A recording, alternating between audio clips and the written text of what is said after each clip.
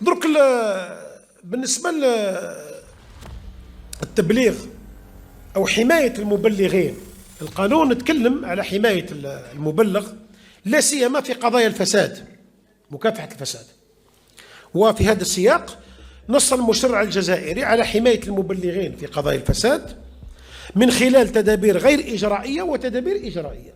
التدابير الغير إجرائية تتمثل في إخفاء المعلومات المتعلقة بهوية المبلغ، ووضع رقم هاتفي خاص تحت تصرفه، وأحيانا ضمان حماية جسدية مقربة إذا كان الأمر يتطلب أن نحميه.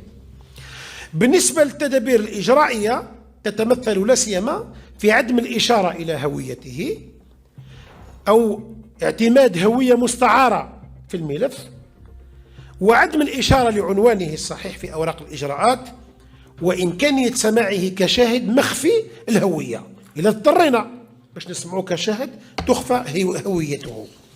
واعتمد التشريع الجزائري في بعض الجرائم اللي كاين بعض الجرائم جينيرالمون تقوم على التبليغ، سيتادير تنطلق من التبليغ، كما التهريب، كما المخدرات تكلمنا على التبليغ، وفيه راح يكون نص تنظيمي يحدد آليات تشجيع المبلغين، وكنا تحدثنا عليها في الشعب الوطني، وإمكانية إفادتهم ببعض المبالغ المالية نتيجة التبليغ كما هو معمول به في عدة دول.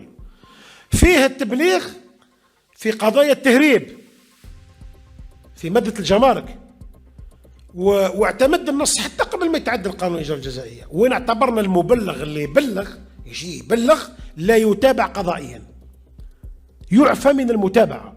حتى المبلغ بشرط أنه يبلغ قبل تحريك الدعوة العمومية راح يعفى من المتابعة.